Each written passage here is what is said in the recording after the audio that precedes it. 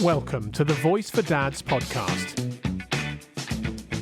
Good afternoon, guys, and welcome to this week's episode of Voice for Dads. If you're watching today's podcast on YouTube, you'll be able to watch it in its entirety. If you're watching it on TikTok, then it'll be split into 6 parts. If you're watching it on Facebook, it'll be split down as well. If it's on Instagram, there'll be a reel and there'll be a link to the podcast. Feel free to Google search Voice for Dad podcast at YouTube and it'll come up. And you can also go to voicefordads.co.uk and there'll be more information on there of where you can watch the podcast. I'm joined here by the old man himself, my dad, Ron. Welcome, Ron. Thank you very much. Welcome. Thanks for having me. Thanks for coming on. We've also got Michael, our producer. Hello. Hi, Michael. So I wanted to, well, you know why I asked you on, but I'll just say it again so that viewers can hear why. When I was a child, I went through a lot of, trauma and unnecessary situations. That being a child, I was powerless to do anything about, and you went through a lot as well. And now you're unfortunately having to watch your own son go through it. So I wanted to invite you on here to ask for you to tell your side of the story about what happened when I was a child, and my sister, your daughter, we were children. We'll try and structure the interview, so maybe we'll keep it within an hour. And if we start from the beginning, then we've got a kind of path from, I was born in 1987, my sister was born in 1984, and you can tell your side of the story as to what happened when we were children. Yeah, yep. Thanks for having us on, as I said, Scott. And it is sad to be making this podcast. It's a bit like Groundhog Day, and reliving something it shouldn't have been relived in the first time, and it's repeating itself, and it's very similar. Disappointing. Yeah. I was married to your mum when I was 19. Could say when that was, but let's go for a while ago. And we were blessed with yourself. You're quite correct, and things seem to be going okay. It's tough times for anyway when you're married at 19, but getting on in his life, and it seemed okay until, and this is the short version of it, until coming home one Saturday after working the Saturday's overtime to an empty house. And I mean an empty house, cleaned out. You weren't there. You wasn't there. Nobody was there. Your daughter. Sorry. We'll edit that bit out, don't worry. Well, coming home to an empty house, yeah. And my daughter and son and wife weren't there. There was a note left to phone a certain number if you wanted to see your children, which was pretty upsetting when you didn't see it coming. And that was Friday night. You came back from work. It was a Saturday. Saturday From my memory, it was a Saturday. I was working overtime. Mm-hmm. And what age were we at that time? Roughly 4 or 5. You would something. My son would be 4 or 5, and respectively. And it was a situation when you come home and you think we've got a number to phone on Monday, and that was Saturday. So you've got your stew and you don't know. It's very. So did you try and phone a number as soon as you got home? I did try and phone a number when I got it, but it didn't work, and I didn't try again till the Monday. And on the Monday, then I still didn't get to know where you were, other than you were meant to be all right. And that started off a whole series of events that ran for a number of years. Where we met, it would work. We would have access for a period until missing about out here, that I would be picking you up and dropping you off, and then. So let's go back to the Monday when you phoned. So then, presumably, my mother answered. Yeah, didn't tell me where she was, and I didn't know where you were, but it was wasn't a good conversation. How could it be, I suppose? Yeah. Not a good situation to be in, and that rolled on for at least a week or two before I had any chance of seeing you. It was just very held apart, and they're all right, that kind of story. It was the overall short version of it. Yeah. And pretty upsetting to go through. Anybody would be upset with it. So then what happened? Did she have another house that she'd went to? She had a house. Yeah, it was all lined up, and when I went to work, it was effectively a flitting, and everything that was worth having that she wanted was taken. And I came back to what was left, which wasn't much. I didn't know where she was. I didn't know where you were, and I just didn't know. Obviously, I got told that you were all right, but I didn't know any more than that, other than she was away with someone else, living in the house with you, and my daughter. Mm-hmm. And that's the way it went on for quite some time. I didn't get to know where you lived, and over the next number of years, that didn't run on for weeks. That's the sad part about it, and the whole avoidable bit, which should be avoidable but wasn't, was it just repeated, and you don't know where they are, and it was just that for a number of years. Yeah. So presumably you went to court. That's jumping forward a bit. Right. Initially, I didn't go to court. Initially, you think you can manage it between two adults, and obviously we're still relatively young, in the 20s. But my naivety and someone else's cunning kept it going for quite some time, thinking you're getting somewhere. Yeah. But you're not. Well, I wasn't. It didn't work for me. Yeah. And eventually, you're right, you have to start thinking about going legal when you think you can sort it out between two adults. When you come to that point, when you arrive at that point, when you know it's not working. And unfortunately, the law, it seems to be a bit of an ass with that. I think it's deemed that dads are potentially violent and have to be kept at arm's length, which I'm sure is true in certain circumstances, but it shouldn't be the starting point. Yeah. Mm-hmm. Which it seemed to be then. I just presumed straight away from the get-go. No. So how long was it from you received the letter on the Saturday night to thinking you could work it out as adults to then having to go into the legal system? Well, it took at least between 1 to 2 months till I saw you and my daughter. Uh-huh. So my son and my daughter were out in my life, and I didn't know where they were, and then you knew they were okay, but not where they were. And that took the first sort of month or two to pass before I did actually get to see you. And then that would work for a period, and then I can only put it down to badness, and it's easy to say it wasn't my part, but a dad's role should be respected from everybody, including your wife or your ex-wife or your separated wife, and the kids should be put first. And you just weren't. You were just used, I'm afraid, to get back at me for whatever reason, or to keep me away from her and her plans, my wife and her plans, future plans. So I was an inconvenience that kept popping up and wasn't respected, and just to be it is, maybe it's the way it is every time, I'm not quite sure, but it's my experience of it anyway. Yeah. But not giving up. Eventually I would find out where you were, and then you would move, and I don't know if it's my place to explain why you kept finding yourself in different homes. I could, we'll maybe discuss whether I should, but the bottom line was you kept moving from one home to another. Well, I can say that I know that because growing up, as soon as I became aware, enough, then I can say 100% that we would be taken to a house. My mother would stay in the house as long as she could without paying anything until she was evicted, and it just carried on. So it was almost like a cycle. We were just one house to the next house to the next house, never paying bills, always leaving, on a bad light, make some friends and then they disappear. And I don't know how many schools I went to when I was younger. I don't know how many homes I lived in. Couldn't possibly count. But yeah, so I can say that was the case. Yeah, that's that one sentence that you pulled together there is that covers about a year, yeah, or more, maybe 2 years even, when you think about it. But it would be, can you put yourself in my shoes, where I wanted to keep in touch with my son and my daughter at all costs, and you go you'd pick them up and you drop them off, and then the next thing you know, you're dropping them off somewhere else. But it was never dropped off where you lived. It was always some meeting point to keep me in the dark. It wasn't where you lived.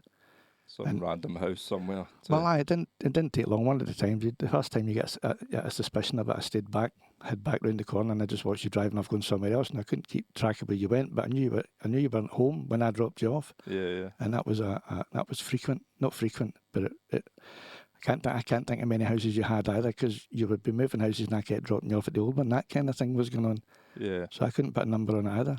Yeah.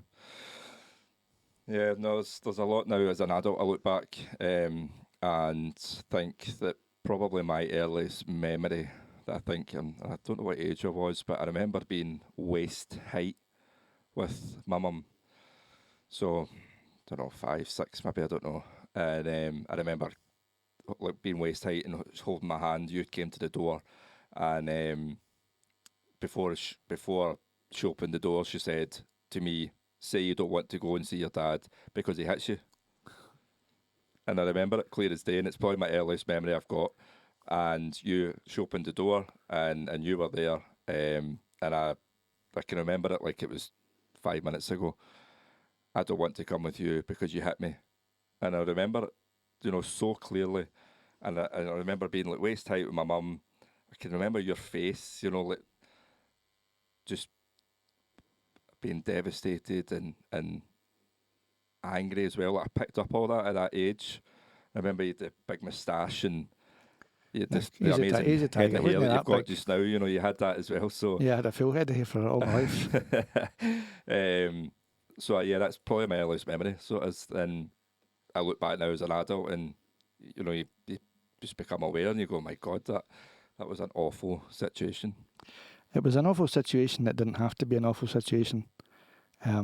Just because a couple split up. Well, split up. It'd be nice if we split up and I knew. That would be nice if I'd known we were splitting up. Yeah, That's the first starting point. Mm, It'd be nice. That would be different. You would see it coming. If couples do split up, why is it impossible to just go, "Well, we've got to look after these wee bundles of joy and put them first"? I would have. I did. I tried. Yeah. I kept in touch as much as I could until, and we'll go on to explain what happened, why it just fell apart a wee bit. But So how long did that period last, where you were dropping us off at a house, knowing we didn't live there, watching us getting driven away to somewhere else, not knowing where we were going? How long did that last?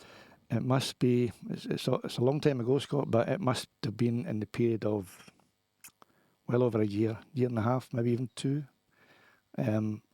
I can tell you, I can't think, I can think of the number of houses that I dropped you off on. I can think of the number of schools you maybe went to, and it was luck again, or contacts, friends that knew somebody obscure that would tell me.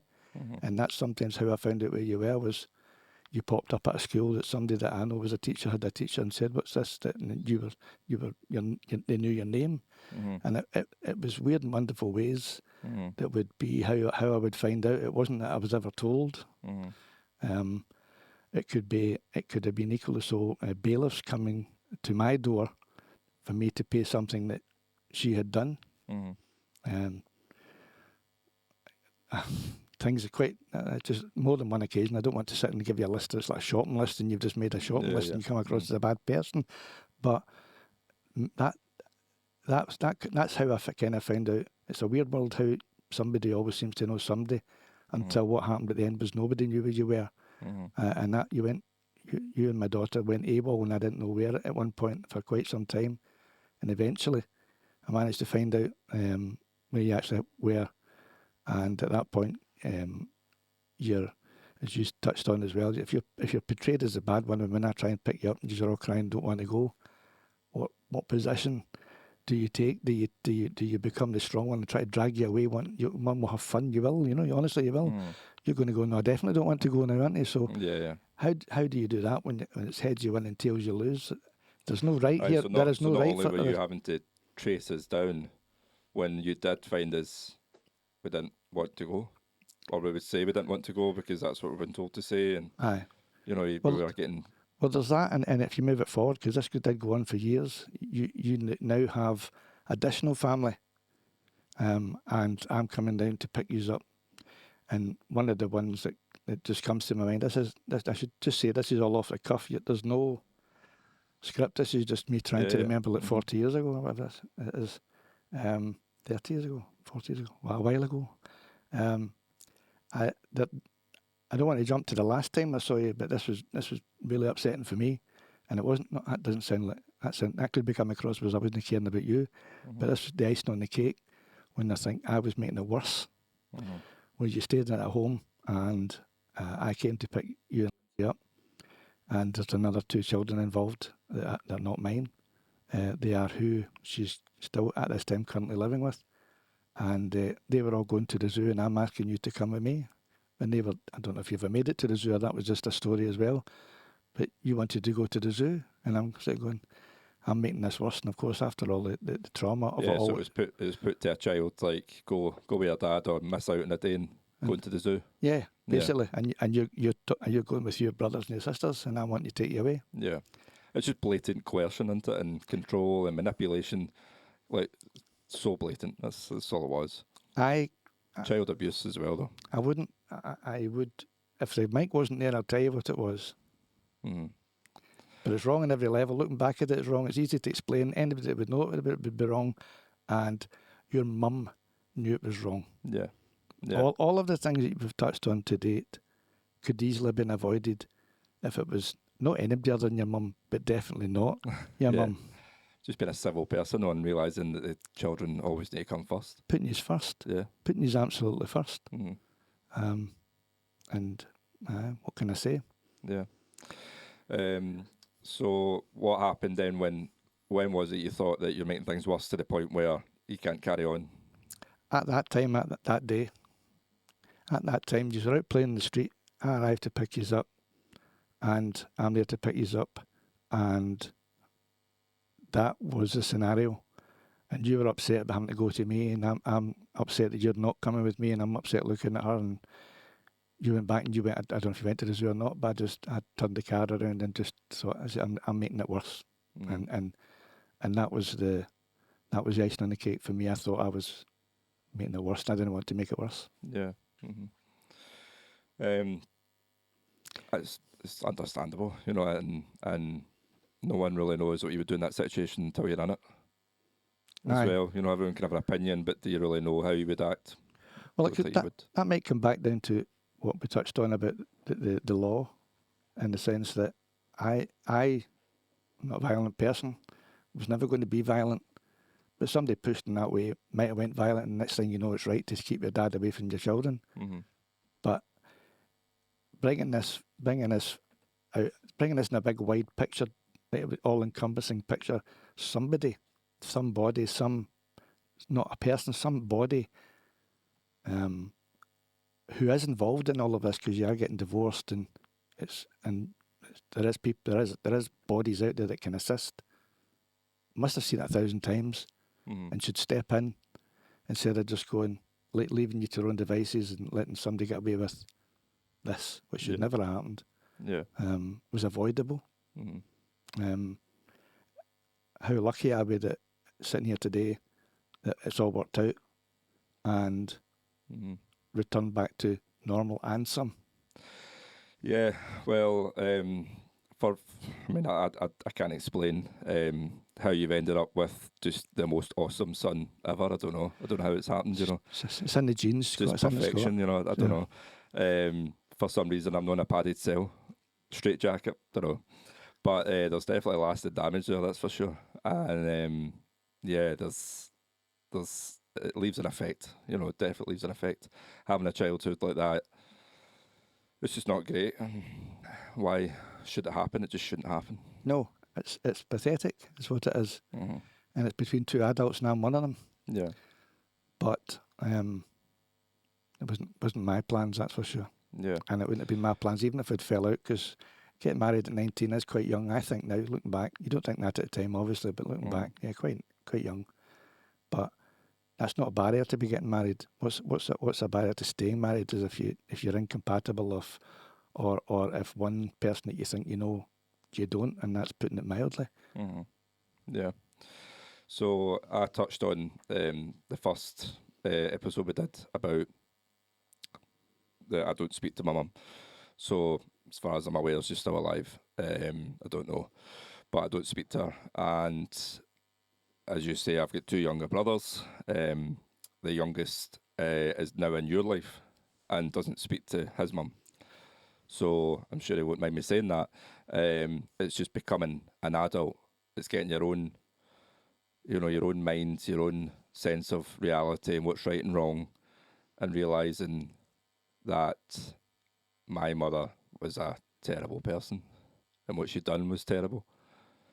But she never changed her ways as well. Had she changed her ways, she might have still had her children in her life, but she never. So, yeah, it's a sad situation. Not something I would change, though. I mean, for it in a weird way, I think, but as you say, as things kind of worked out the way they have now, I don't think it would change anything. It's The way they have worked out is absolutely better than I would have expected.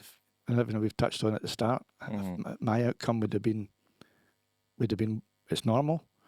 It's as you said, it affects everybody. That's the thing. It affects everybody. I mean, everybody around about you. It affects parents, grandparents, great grandparents. It affects everybody because it wasn't just me that wasn't seeing you. And you've got my parents, my mum and dad adored you, and that all came to an end as well. Massive effects, and massive effects on your education too, because you're clever, and because you're clever, you have coped admirably with it. But I don't know what I'd have been like if I'd have gone through it if I was your age trying to manage that at school, and keep going and do what you've got to do to be the adult that you are. yeah. It's huge. It's a huge thing, and it shouldn't be underestimated how big it is and the effect it has on children. And the whole thing is unavoidable. And I don't mean divorces. I mean put kids first. Yeah. I'm living proof of the effect that it has on kids, which is why I'm more than suitable to be talking about this. But not only, as you know, did I go through that and everything you've just said, I was a child. Now you're having to watch me go through that. Yeah. With your granddaughter. It's just outrageous. It's outrageous because I could have written the script. And it's avoidable. It shouldn't happen. And it's only happening in this occasion because of a very similar system, very similar circumstances where a mum doesn't put their daughter first. So if you look at the legal system and how I've already said that the legal system failed to protect me as a child, what do you think has changed if you go back 30 years to what you see now? Yeah, there's a dead easy answer. Nothing. Absolutely nothing. When I was 19 and then going through this early 20s, just finished serving your time and getting a job, not the best paid job on the planet, you don't have the option to go to lawyers because you don't get supported because you're not looking after the children. It seems to me. Maybe your mum might have a different view, but that's what I understand. That's what I seen of it all.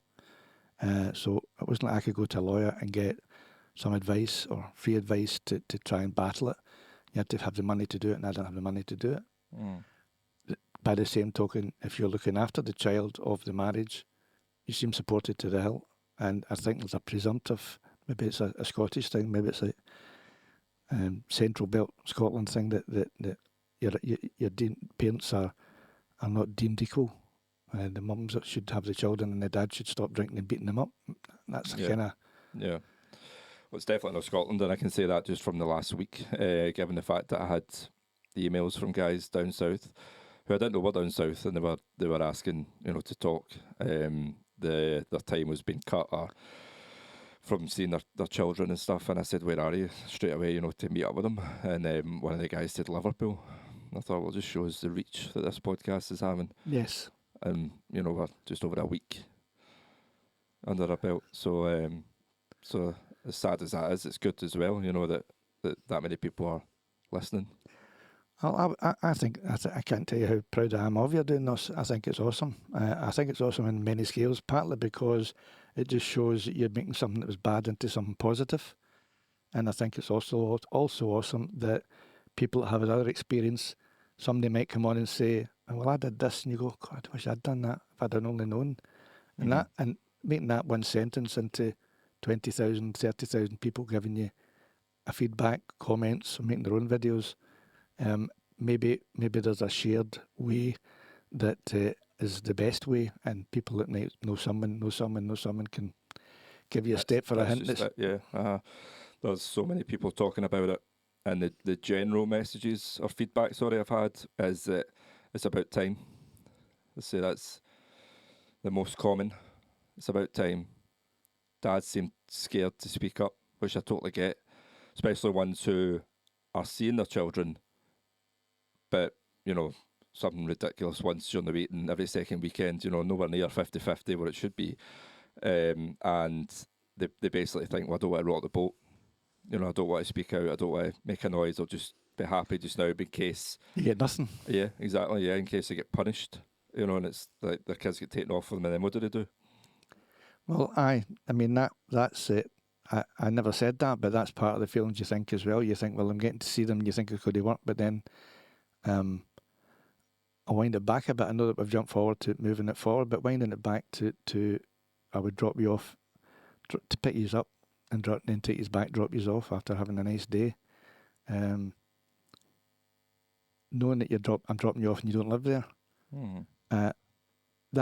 that's quite hard to do, and it's quite hard to say, well, that's sustainable, but it's not sustainable.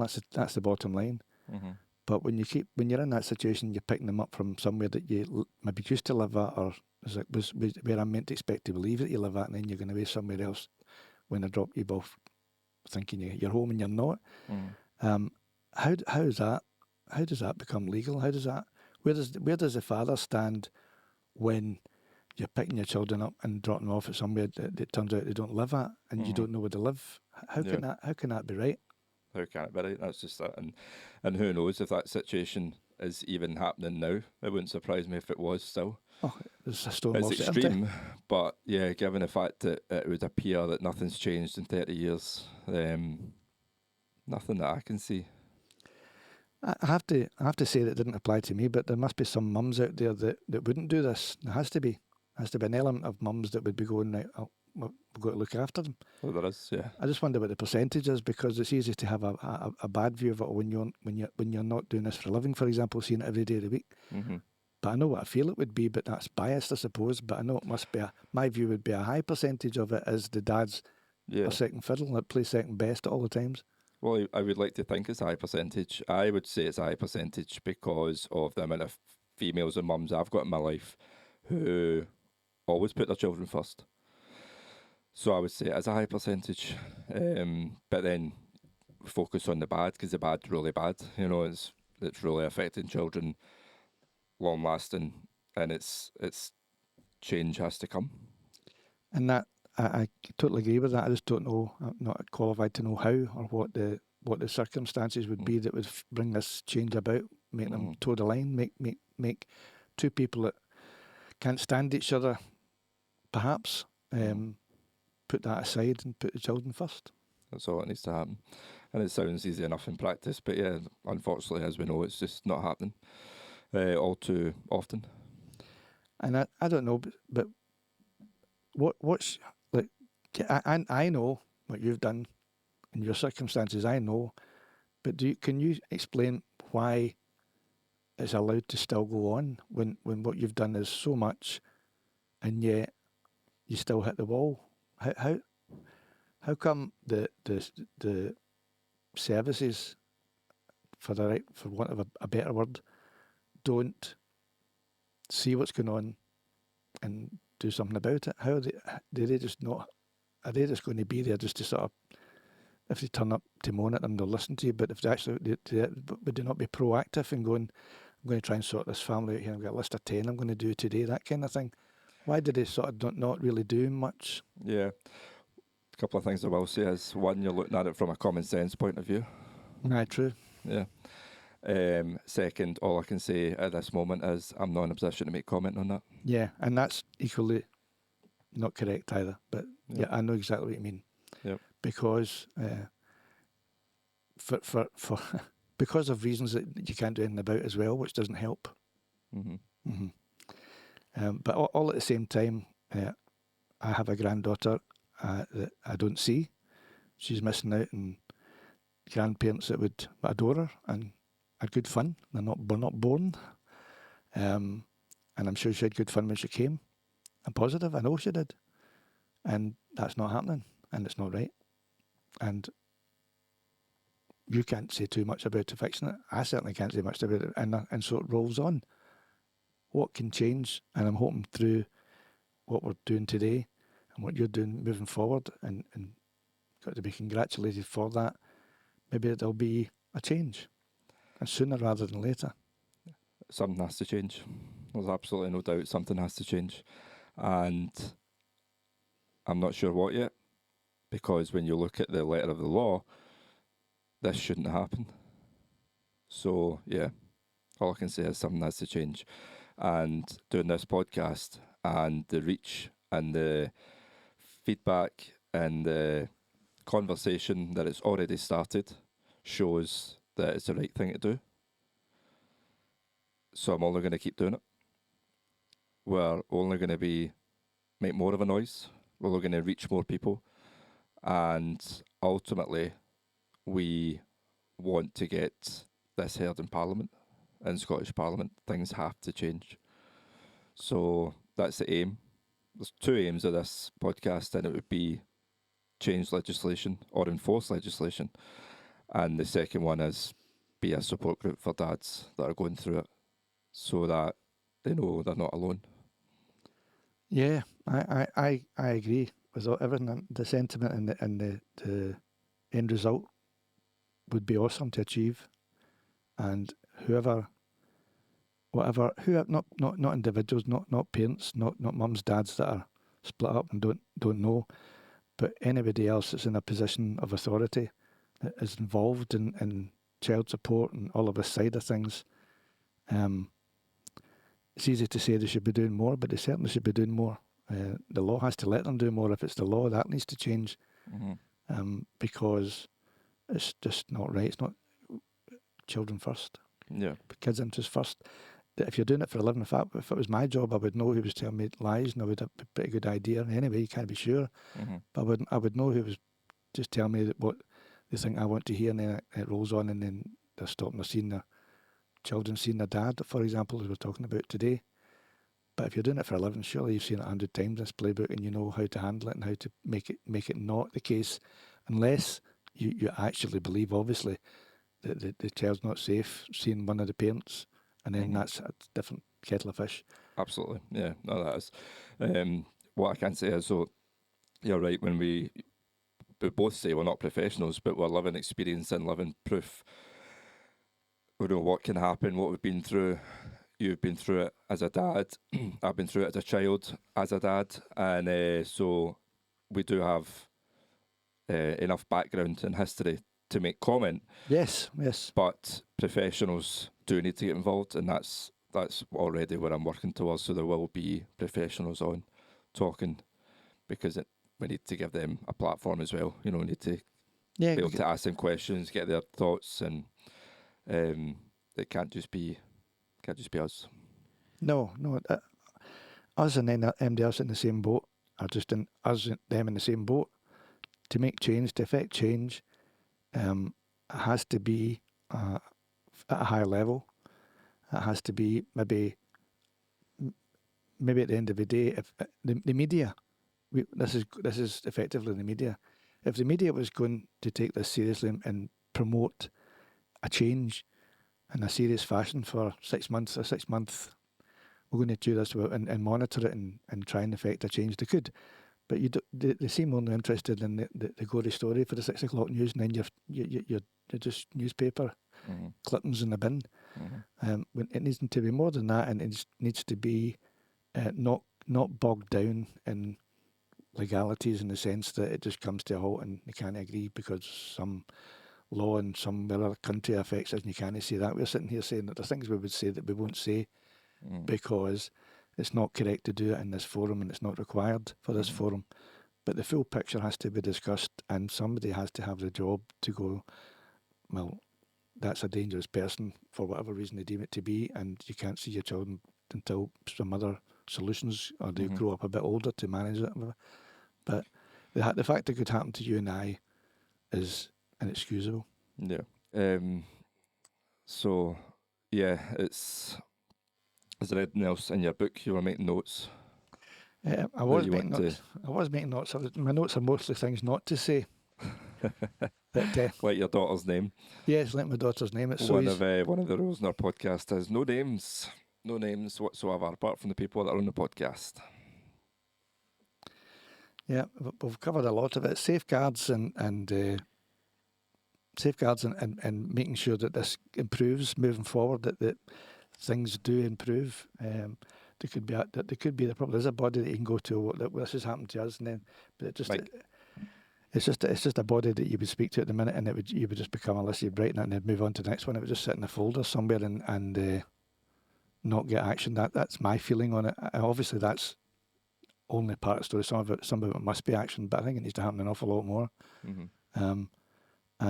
And I think that's one of my main points, is that from everything that you're doing, I would hope that other people being involved and sharing information, sharing your story, sharing your history and what's happened to you, would find a generic way that is maybe deemed, not going to say the best way, but not one thing fits everything.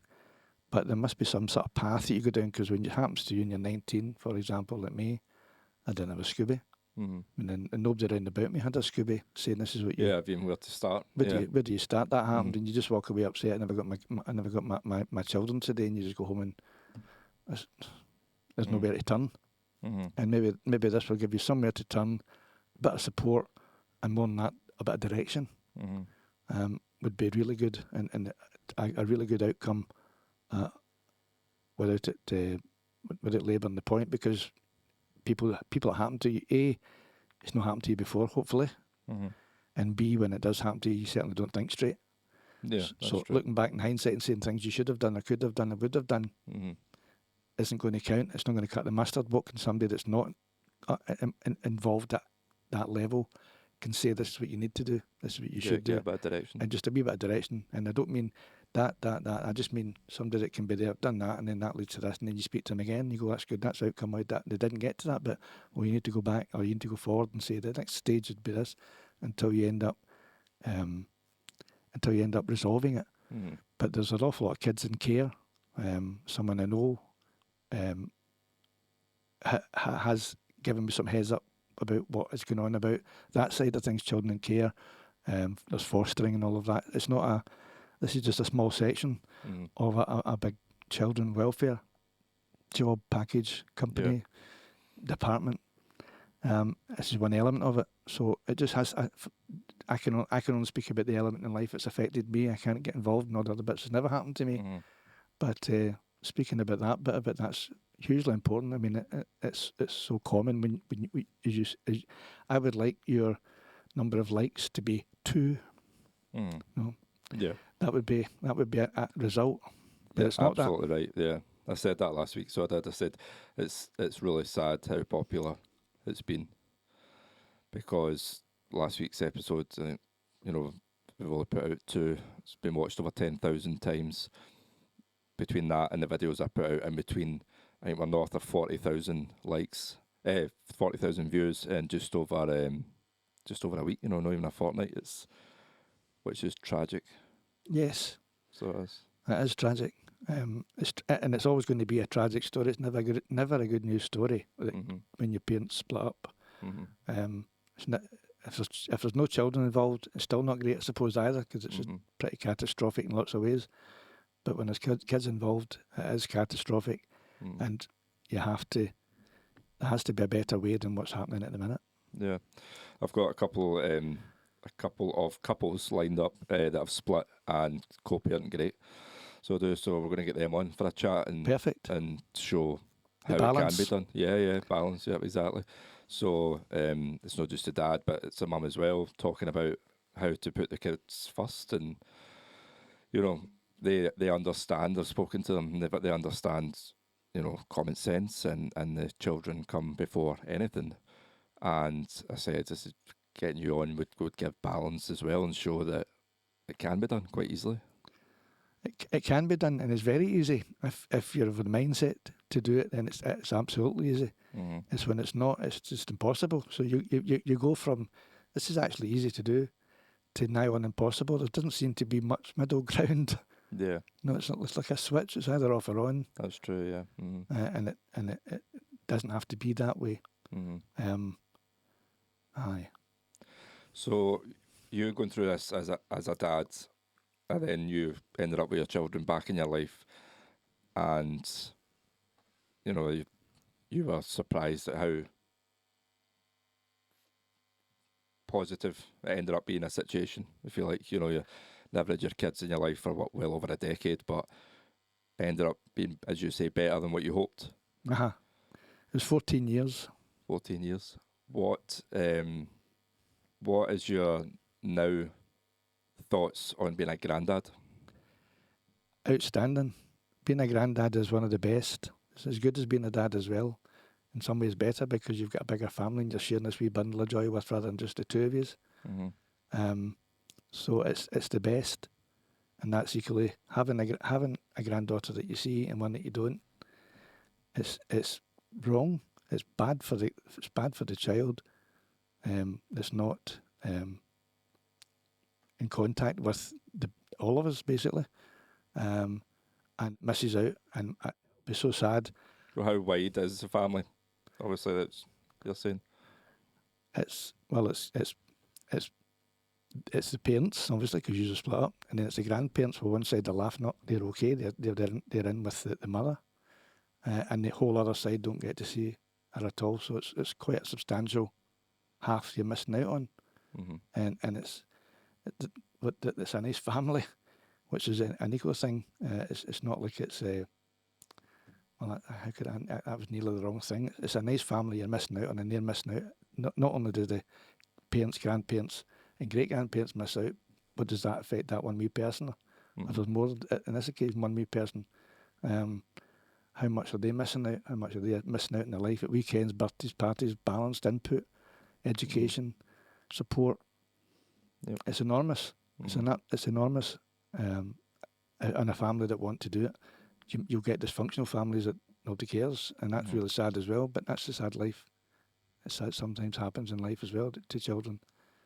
But it's not the majority. I'd like to think it's not the majority, but Well, I would hope it's not as well. But yeah, you're absolutely right. There's plenty of unfit dads, unfit mothers, parents that aren't interested in putting their kids first. But surely the majority are. I'd like to think so. Mm-hmm. I'd like to think so. And I always think that's the case until proved wrong. Mm-hmm. And I think maybe your mum's an example of that. I didn't see it coming at all until proved wrong. Mm-hmm. And I also had a nice upbringing and was naive enough to think I didn't see it coming either. Mm-hmm. And I don't just mean divorce, I just mean everything that happened after it.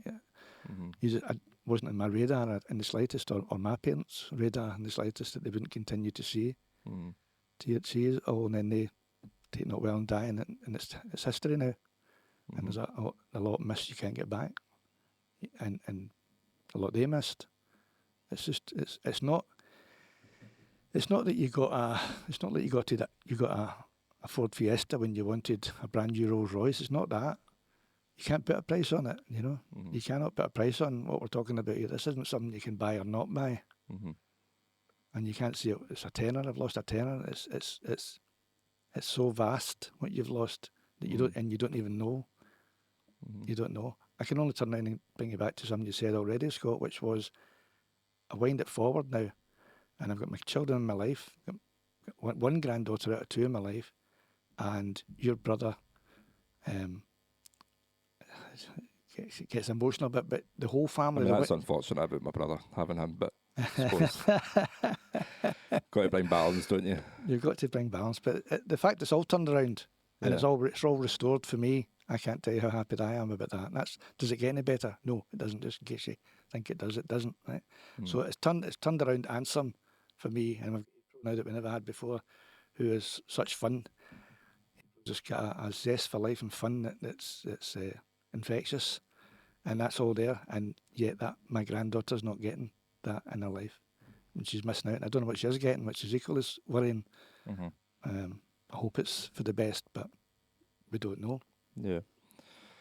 Well, as a grandparent as well, you're powerless to do anything. No, Being a grandparent. no, there's nothing. No, there's nothing. And then I did do. If you tried anything, it would only be worse. It would make something worse. The path you've gone down, we support completely. It shows that legally, it's still not as good as it needs to be, at all. Mm. Maybe not at all. Maybe that's too strong, but it's got to be better than it is for all your efforts. Mm. And I know what they are. And your daughter will find out in time what they were. Mm-hmm. Same as we're having a chat today. Well, hopefully not having to do that. But if it comes to that and she finds it, she'll find out in time. Yeah. But that's not right. It doesn't need to be like that, and it shouldn't be like that. And I hope it changes tomorrow. Yeah. I think since class it's the 90s, but 30 years ago, say, men's mental health has definitely improved in terms of support. There's a lot more charities and support networks out there for men, but there doesn't seem to be much in the way of dads. So being a dad, what's the support network there, especially when you're a dad who is struggling to maintain a meaningful, healthy relationship with your children or your child? Doesn't seem to be much. No, no. I would say that what you've found is the way it is at the minute, and it's wrong. It shouldn't be like that. Knowing what you've done to maintain your access to your daughter, and how could all that effort, and it's more than substantial. How can all that effort not prove fruitful in the long term? How can that ever be construed as being somebody that you wouldn't want, shouldn't be in her life? Mm-hmm. It can't. It just can't. Mm-hmm. So how's that allowed to happen? So that's why I'm saying the law's an ass, because it lets it happen. Mm-hmm. And moving forward, what's the next plan? I'm not asking you to tell me, but moving forward, what's the next plan when you've kind of done everything seriously that you could to this point? Now, you're not giving up. I don't need me to tell you that. But it's what you've done should have been 10 times more than anybody should need to do to resolve this. Yeah. And the fact that someone who will remain nameless can keep it going with no effort at all or cost. Mm-hmm. Yep. And I hate to bring it back down to cost. I hate to mention cost, but it's easy for that to happen. That you're, like you talked on, your dad wants to do whatever to you. He's not going to bring you back. Well, who would want to go? Say that last bit again. I'm struggling to hear you say that. So. If you had been told you're going to go to your dad, but he's not going to bring you back. Oh right, okay, yeah. Uh-huh. Right. Mm. Who when they hear that is a professional in this line of work, mm-hmm. doesn't address that in such a way to the person that said it, mm-hmm. you can't say that again. You just can't say that again. Mm-hmm. But that never happens. Yep. Like I say, I'm trying everything, and I will, and we'll try and make as much noise as possible. Yep. To help as many kids as possible, as many dads as possible, because something needs to change. Yep. It absolutely does. And having these podcasts, when a certain young lady is 25 and sees your efforts and sees all of this, she's not going to go get away again, is she? The effort, the effort and the love that you're mm-hmm. driven by mm-hmm. is going to be there. I can't go back and say, look at me, how good I was. This is what I tried. I've just told you what I tried, and did the best to the point you think it's making it worse and all that stuff. Yeah. And you're trying, and it's not working mm-hmm. for other reasons. Mm-hmm. But they will know in the future. Yeah. It was. I think that is something that's apparent now. So 30 years ago, everything that happened to me as a child, there's no record of it other than you telling me. Whereas everything that happens today, there's a record of it. Mm-hmm. So that's a big difference. That's a positive, I suppose, because everything is recorded. There's a record of everything that happens to any dad. If you're a dad and you're getting false accusations put to you, you're getting just endless barrage of emails and just nonsense made up, then there's a record, you know, and that's better than what it was 30 years ago. Yep. So that's probably one positive we can find.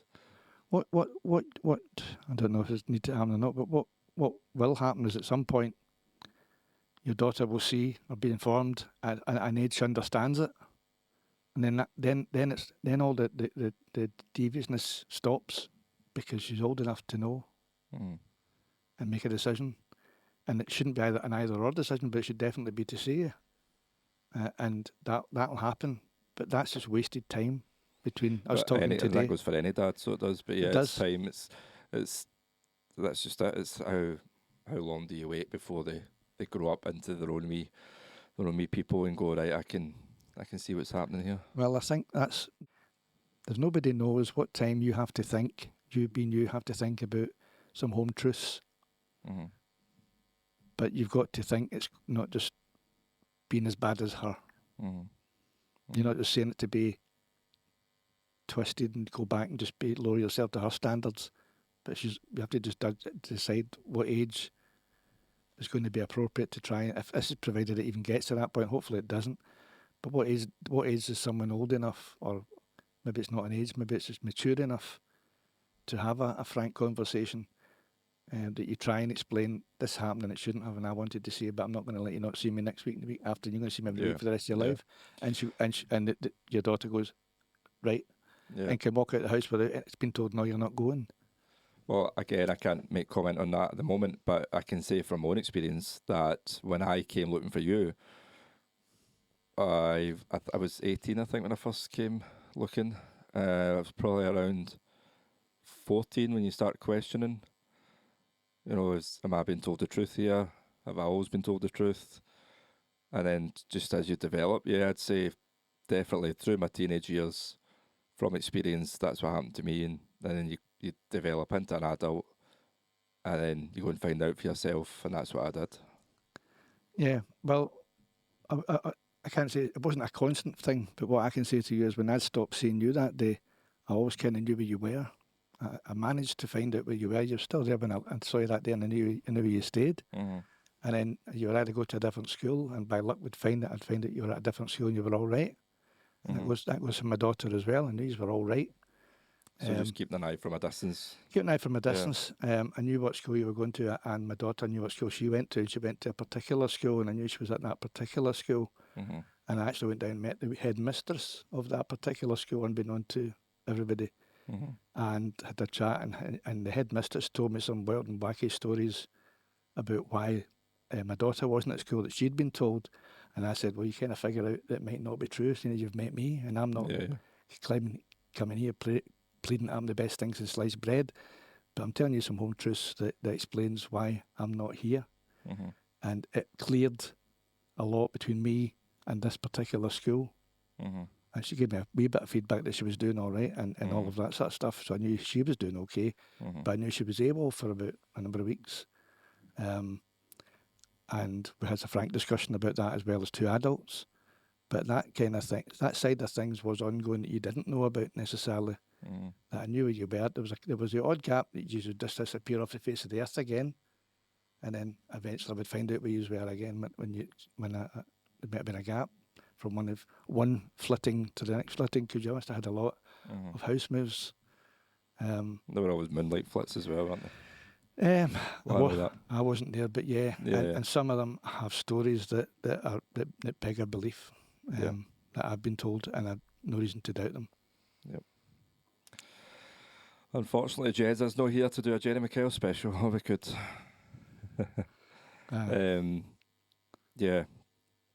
It's just sad that it would appear that not much has changed in 30 years. Outrageous. It's wrong. It's avoidable. Divorces are not avoidable. People get divorced. Getting married when you're 19 wasn't the smartest thing I've ever done in my life. Not because of who it was, but when I look back now, I was quite naive at 19, really. But I didn't believe that at the time. But especially back then, the further back you go, the younger people got married. But I've got an outstanding son. daughter, granddaughter, extended family, and I'm sitting here today talking about it, and that's just fantastic. Could you change anything? No, because you wouldn't be sitting here today. Yeah. True. Good words. Good words. Well, thank you very much for coming on. I'm not sure how long we've been. Neither have I, not a clue. Nope.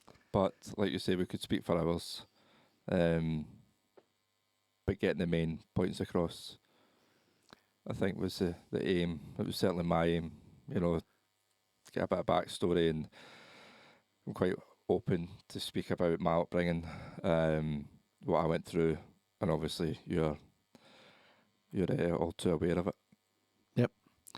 And I think if anybody else, if and when people see this video, hopefully they can maybe take some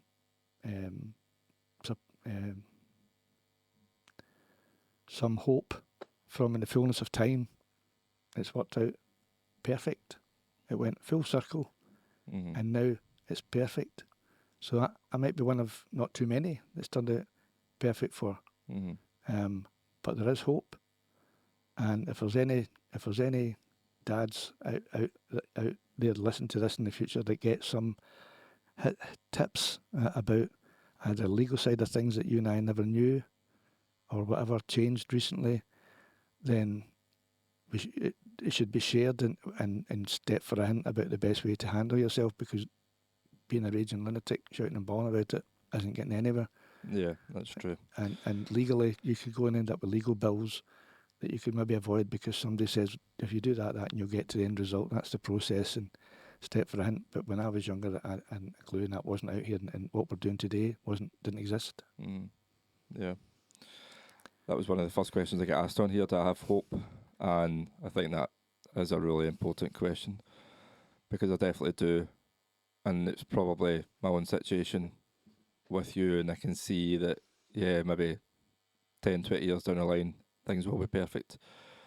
But why should we have to even go through that first? Why not? You shouldn't. Let's just avoid it. You just shouldn't. There's the irony of it all is there's no reason to do it, none whatsoever. It's completely avoidable. Yeah. And all two people have to be is adult and put the children first. Yep. That's just it. Perfect life for a child can start straight away. There's no need for it. So, well, thank you again for coming on. I thought I would finish each episode on going. I had an idea for a poem, so I did. Okay. And it would round off each podcast with a poem relating to dads missing their children. Well, thanks for inviting me on, and on that point, I'll hand it over to you. My hands feel empty without your touch. My arms ache for your embrace. My heart yearns for your sweet smile, your cheeky laugh that filled these walls. My house is silent now without your cheerful voice, the warmth of your presence filling every room. My life feels less colourful without you in it, and my days pass slowly with you far away. I'm here now. Speak soon. Yeah.